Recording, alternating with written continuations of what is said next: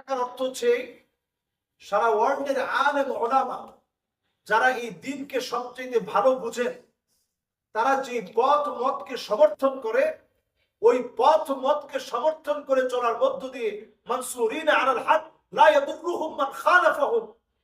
এই রকম যারা মানসুরিনা আলাল হক হবে, হকের পক্ষে তারা বিজয়ী হবে, সারা দুনিয়া মিলে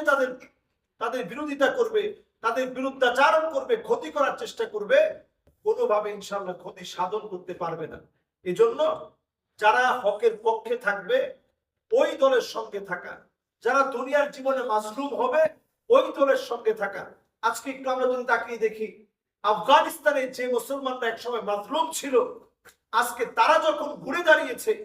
আল্লাহ তাআলা তাদেরকে শক্তিশালী বানিয়ে দিচ্ছেন এবং এতটাই শক্তিশালী হচ্ছে তাদের মুদ্রা এখন পৃথিবী মানে শক্তিশালী মুদ্রাতে রূপান্তরিত হয়েছে।